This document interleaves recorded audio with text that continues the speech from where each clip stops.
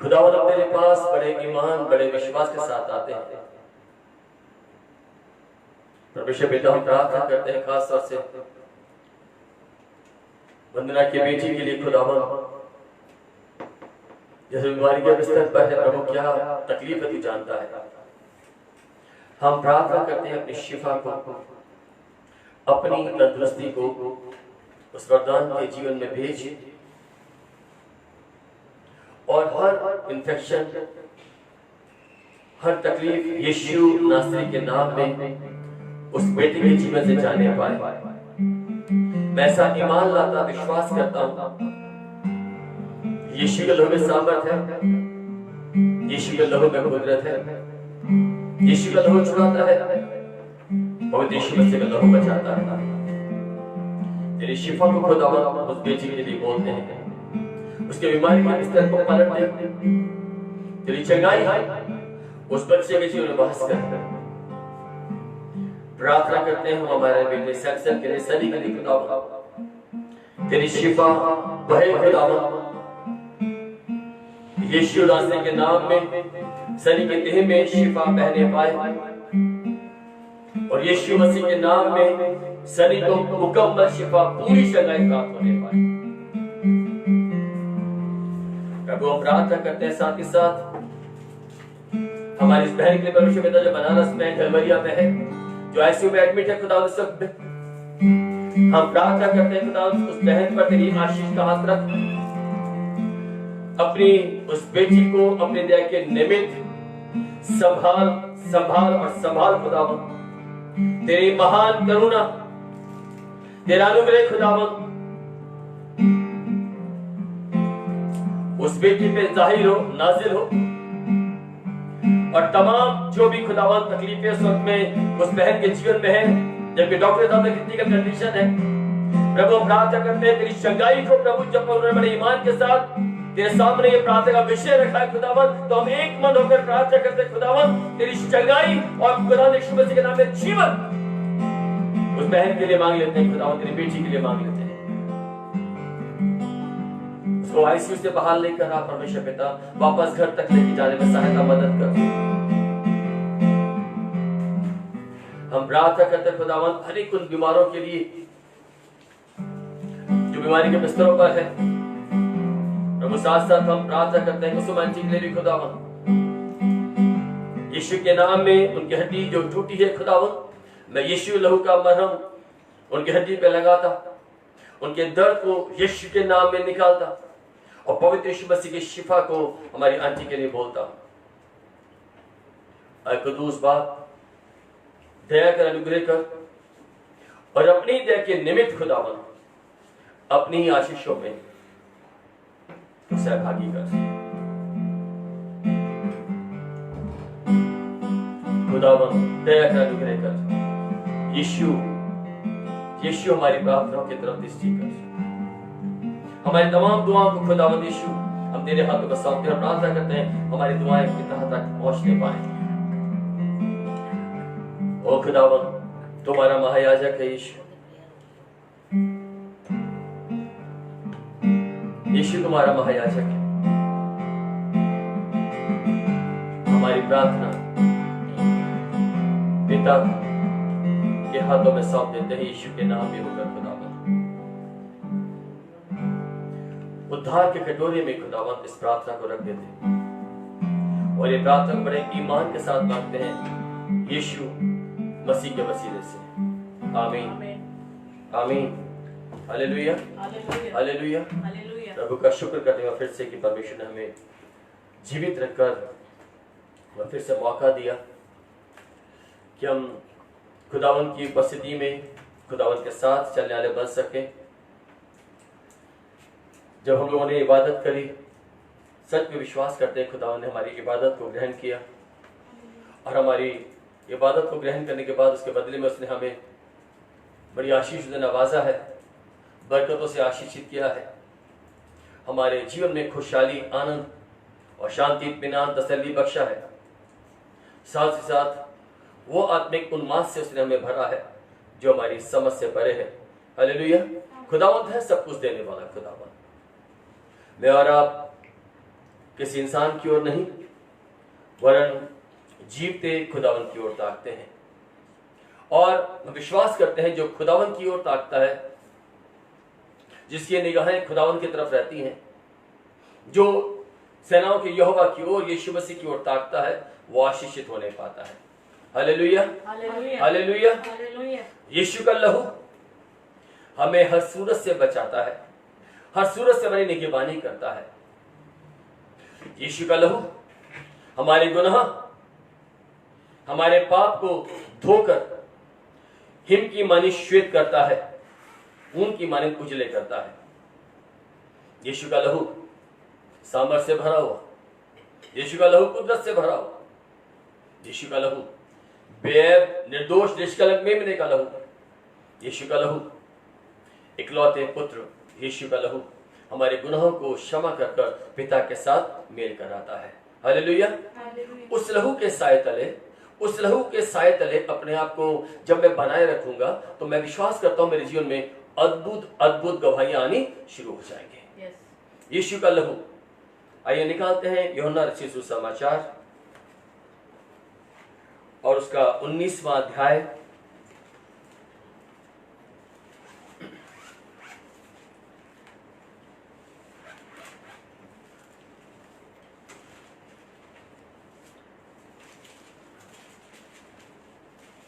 यूहन्ना रचित सुसमाचार उसका 19वां अध्याय और उसके 34वें पद को मनन करेंगे। यूहन्ना रचित सुसमाचार, जॉन चैप्टर 19 वर्स 34। यूहन्ना नए नियम में 160 नंबर पेज पर, मत्ती, मरकुस, लूका, यूहन्ना।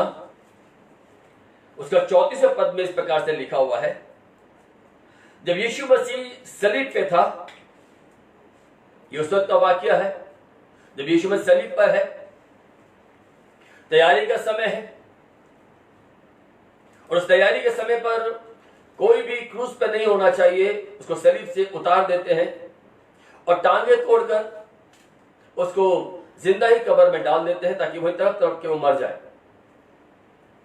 दोनों डाकू जो यीशु मसीह के साथ दाएं और बाएं लटकाए गए थे, उनकी टांगे तोड़ दी गई, और जो ही यीशु मसीह के पास आते हैं उसकी टांगों तोड़ने के लिए, सबको उम्मीद थी कि अभी यीशु ने प्राण नहीं दिए होंगे, यीशु के प्राण अभी होंगे, उसकी टांगे तोड़ने के लिए जिस प्रकार से एक सैनिक, एक सूबेदार आता है,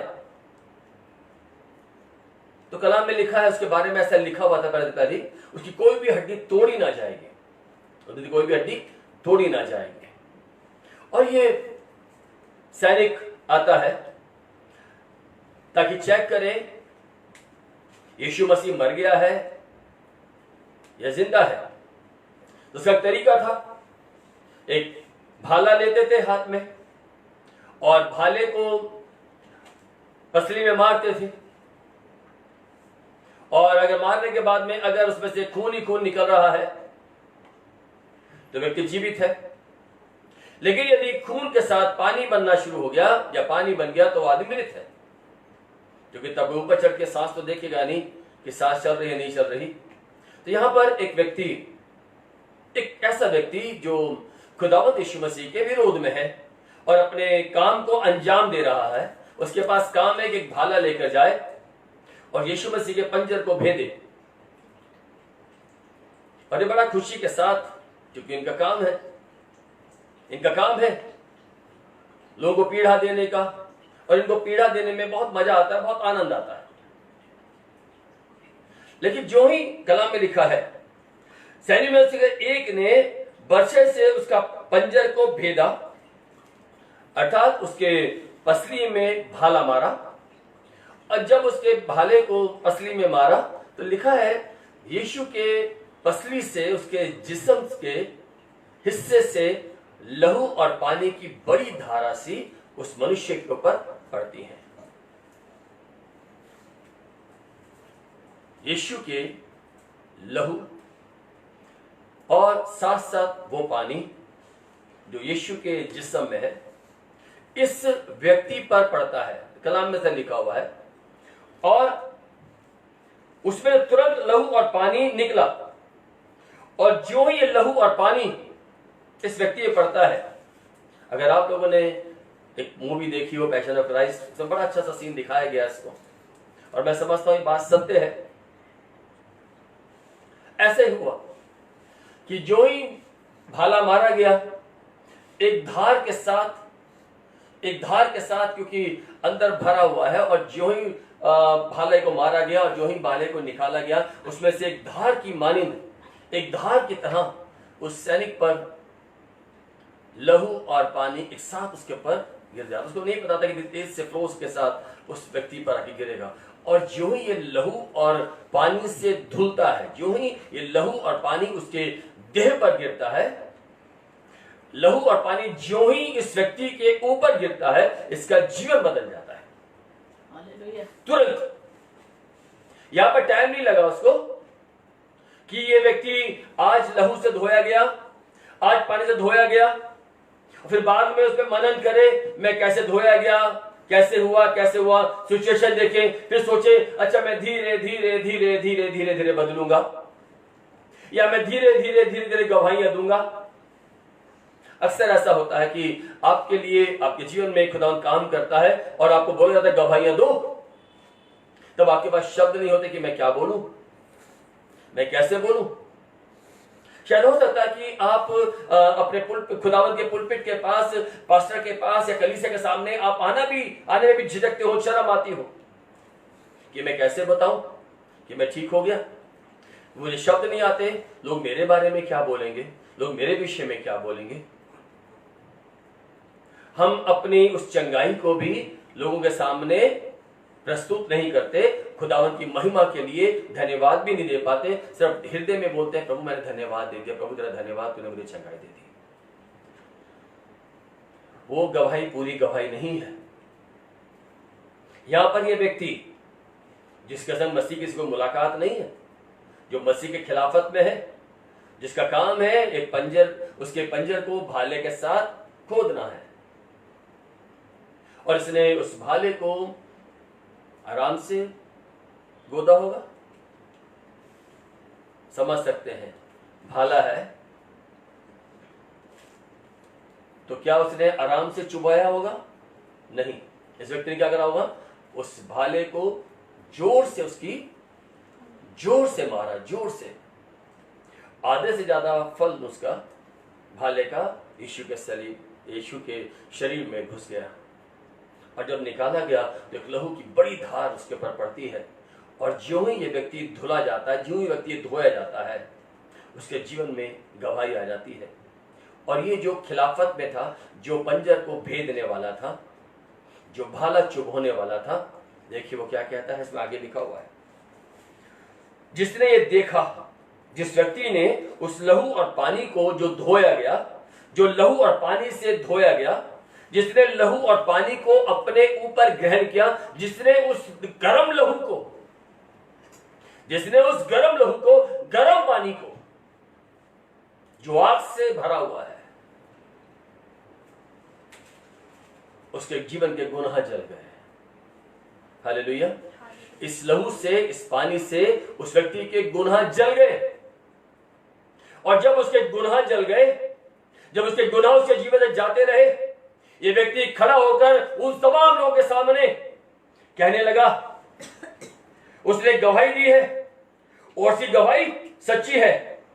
वह जानता है कि जो वो सच कहता है कि तुम भी विश्वास करो। जो कुछ यीशु ने कहा, जो कुछ यीशु ने किया, उन तमाम बातों का बखान ये व्यक्ति करने लगा। ये व्यक्ति सच्चा है, ये सच्चा है, ये विश्वास योग्य है, ये खुदावंत का इकलौता बेटा है, ये मामूली नहीं है, ये सच्चा था, इसकी गवाही सच्ची थी, और मैंने इस बात को महसूस किया है, और मैं इस वक्त में तमाम लोगों को समझा रहा हूं, ये सच्चा है, क्योंकि मैंने इसी गवाही को अपनी आंखों से देखा है। हालेलुया। मरकुस 15 निकालें।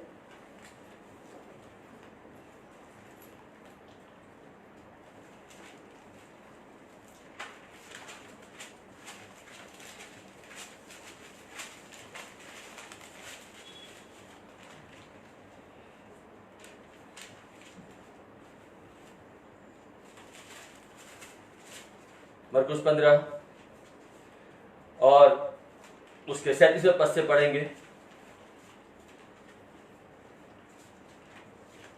पढ़े।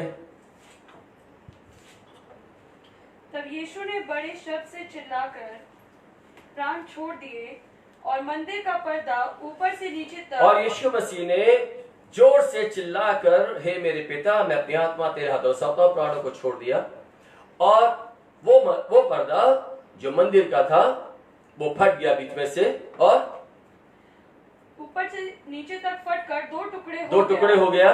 जो सूबेदार उसके सामने खड़ा था, जो सूबेदार यीशु के सामने खड़ा था, जो सूबेदार यीशु के सामने था, ये सूबेदार भी खिलाफत में है। अगर हम इसको ऐसा सोचें कि यही वो व्यक्ति है जिसने पंजर को भेदा है। ये सूबेदार ने ज्यों ही यीशु को प्राण त्याग के देखा, उसकी आवाज को सुना, उसके हृदय वेदना को सुना, उसकी आवाज को सुना, ये सूबेदार क्या कहता है? तो उसने कहा, सचमुच ये मनुष्य परमेश्वर का पुत्र। तो सूबेदार कह रहा है, सूबेदार कहता है, सचमुच सचमुच सचमुच ये व्यक्ति जो सलीब पे चढ़ा हुआ है, जिसको तुम लोगों ने अनजाने में सलीब पे चढ़ाया है, जो तुम्हारे लिए सलीब पे चढ़ गया, ये सचमुच परमेश्वर का पुत्र था। ये सचमुच परमेश्वर का पुत्र था। तुमने अनजाने में इस परमेश्वर पुत्र को तुमने सलीब पर चढ़ा दिया।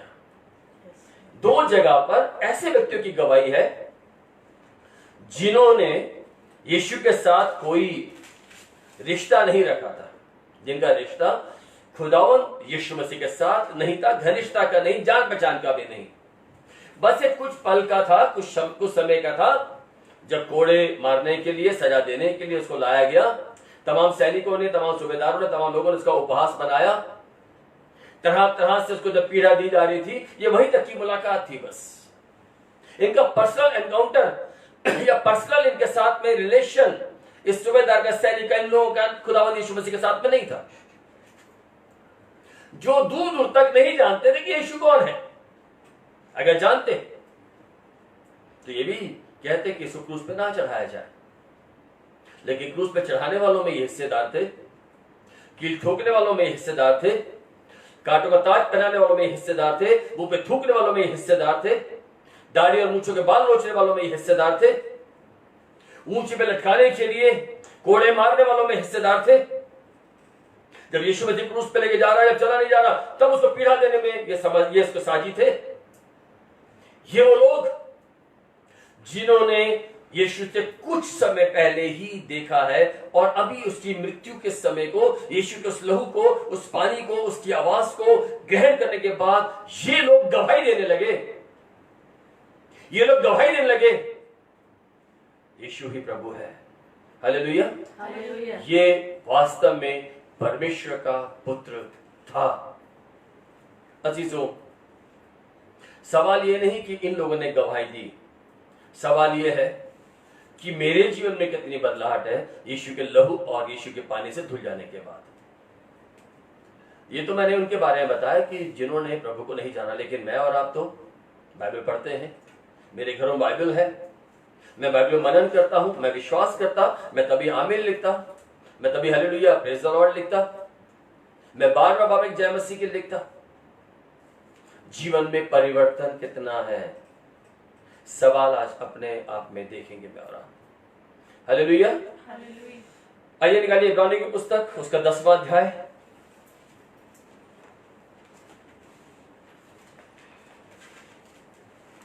उसका 31वें पद को पढ़ेंगे। इब्रानियों 312 नंबर पेज, नए नियम में, पतरस से पहले, पतरस याकूब से पहले, 312 नंबर पेज, 10वां अध्याय, इब्रानियों 10, उसके 31वें पद को पहले मनन करते हैं, उसके बाद हम थोड़ा सा आगे पढ़ेंगे। जीवते परमेश्वर के हाथों में पड़ना भयानक बात है। जीवते परमेश्वर के हाथों में पड़ना भयानक बात है उन लोगों के लिए जो कलाम को जानते और पहचानते हैं।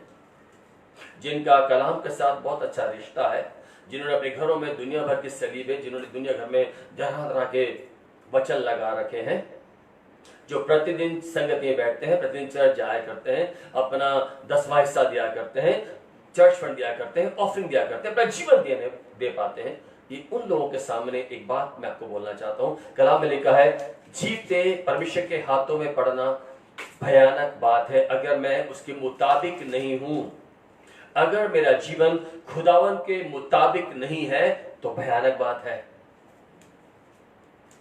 अगर मैं उसके मुताबिक नहीं हूं तो भयानक बात है। हाँ, अगर मैं उसके मुताबिक हूं तो मेरे लिए भयानक बात नहीं। अगर मैं उसके अनुसार चल रहा हूं, अगर मैंने उसके अनुसार अपने जीवन को तब्दील कर लिया, बदल लिया, तब तो मैं वास्तव में स्वर्ग स्थानों में जगह प्राप्त करने पाऊंगा। हालेलुया। तो आइए पढ़ते हैं उसका 19वां पद।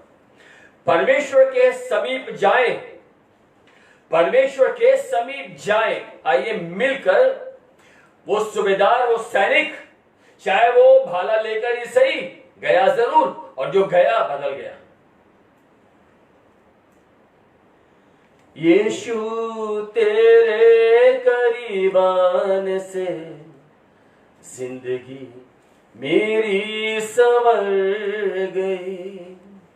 यीशु तेरे छूने से जिंदगी मेरी बदल गई।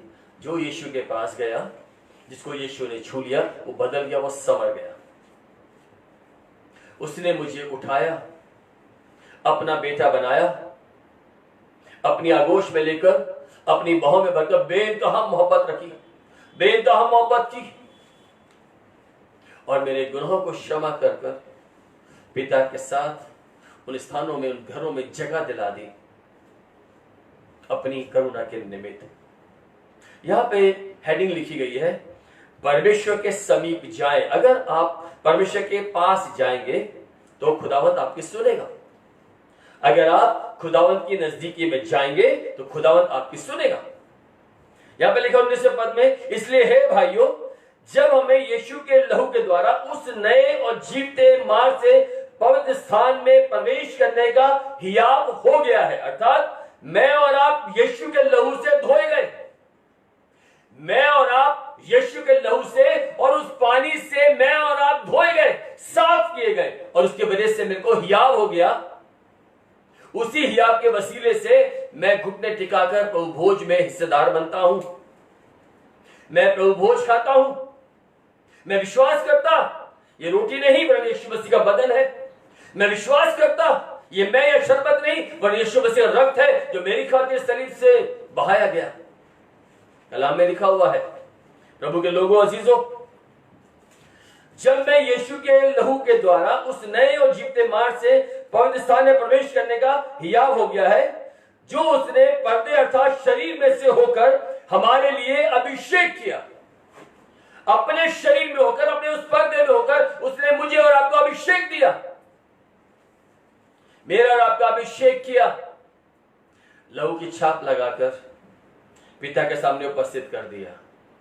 अब हमें क्या करना है? अपने जीवन में हमें बदलाहट लेकर आनी है। तो और इसलिए हमारा ऐसा महान याजक है जो परमेश्वर घर का अधिकारी है, अर्थात हमारा जो महायाजक है वो स्वर्गीय पिता के दाहिने हाथ बैठा हुआ है। हमारा महायाजक हमारी निर्बलता को सहता हुआ, हमारी दुर्बलता को सहता हुआ पिता के दाहिने हाथ बैठा हुआ है, और वहां से पिता से हमारे लिए विनती करता है। हमारा महायाजक इस दुनियावी मंदिर का नहीं, उस स्वर्गीय पवित्र परमेश्वर की हुजूरी में दाहिने पर बैठा हुआ मेरे और आपके लिए निवेदन, प्रतिदिन निवेदन करता है। हालेलुया। परमेश्वर के समीप जाएं। यीशु हमारे लिए महायाजक का काम कर रहा है, पिता के साथ मुलाकात करा रहा है। और देखिए, तो आओ सच्चे मन और पूरे विश्वास के साथ और अपने मन का दोष विवेक अर्थात मन अर्थात कॉन्शियस, तो आओ क्या करें? मैं और आप भी खुदावंत के नजदीक में आए। तो आओ हम सच्चे और पूरे विश्वास के साथ, आधा अधूरा विश्वास नहीं कि आज कर लिया और कल नहीं किया। विश्वास दो प्रकार का हम लोग करते हैं। पहले हम विश्वास के साथ प्रार्थना का पीछे छोड़ते हैं, और जब विलंब होने लगता है तो बोलते हैं पता नहीं हुआ या नहीं, होगा भी या नहीं। तो दो विश्वास से मैं और आप जीते हैं। पहला विश्वास हमारा तब होता है जब हम लोग प्रार्थना करवाने का विषय छोड़ते हैं, लेकिन फिर हम शंका से पूछते हैं क्या ठीक हो गया, क्या सब कुछ सही है, क्या सही लग रहा है, और कोई सामने वाला बोलते भी ठीक नहीं हुआ तो बोलते कोई बात नहीं और दुआ कर रहे हैं ठीक हो जाएगा ठीक हो जाएगा। फिर हम सोचते रहते हैं पता नहीं खुदा ने सुनी क्यों नहीं। तो अपने विश्वास को पहले मजबूत करें।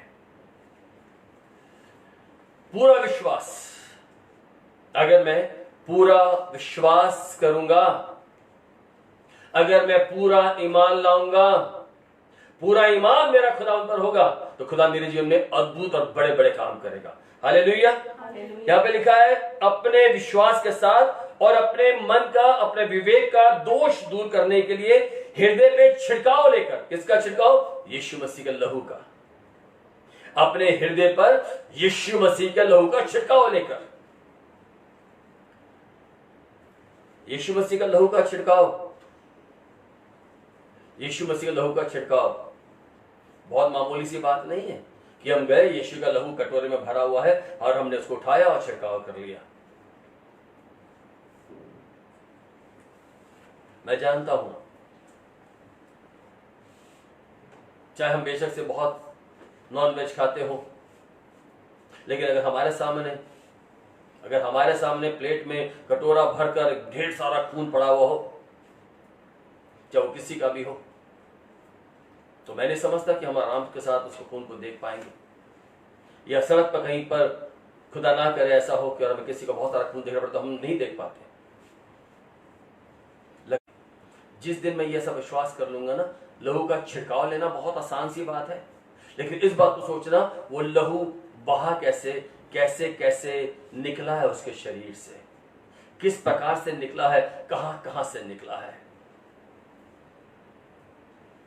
पीठ से, हाथों से, पांव से, चेहरे से, पंजर से, तमाम यातनाएं सहता रहा यीशु। किसके लिए? मेरे लिए। उसके लहू ने मेरे और आपके लिए वसीला बना छुटकारे का। यीशु ने अपने रक्त का कतरा कतरा कतरा कतरा बहा दिया ताकि मैं साफ हो जाऊं, ताकि मैं पाक हो जाऊं, ताकि मैं शुद्ध होकर खुदा उनकी हुजूरी में चल सकूं। यहां पे लिखा है अपने हृदय पर यीशु के लहू का छिड़काव कर। छिड़काव करने से पूर्व ये जान लें कि मेरे गुनाहों के कारण से लहू है, मेरे गुनाह के कारण से ये लहू है। और फिर जब छिड़काव करेंगे ना, तो आप कहीं ना कहीं इस बात के लिए जरूर से आत्मिक गंदगी से भर जाएंगे। कहीं ना कहीं आपको गिल्टी फील होगा कि कैसे कैसे कैसे कैसे यीशु ने अपने खून का कतरा कतरा बहाया है। यहाँ पे लिखा है यीशु का लहू जो तरो और ताजा है, सामर्थ्य से भरा हुआ है, उस लहू को अपने हृदय पे छिड़काव कर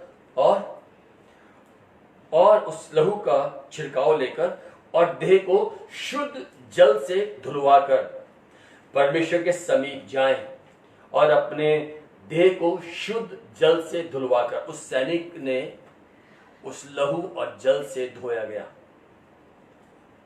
उस सैनिक, वो व्यक्ति जिसने पंजर को भेदा, वो लहू और पानी से धोया गया, उसका जीवन बदल गया। उसने देखा, उसका जीवन बदल गया। अगर आज आप भी यीशु के लहू को अपने हृदय पे लेते, छिड़काव करते और साथ साथ उस शुद्ध जल से अपने आप को धोते हैं, आपका जीवन बदल जाएगा। हालेलुया। शुद्ध जल से धुलवाकर परमेश्वर के समीप जाएं। शुद्ध जल से धुलवाकर हृदय पे लहू का छाप लेकर धोकर परमेश्वर के नजदीक जाएं।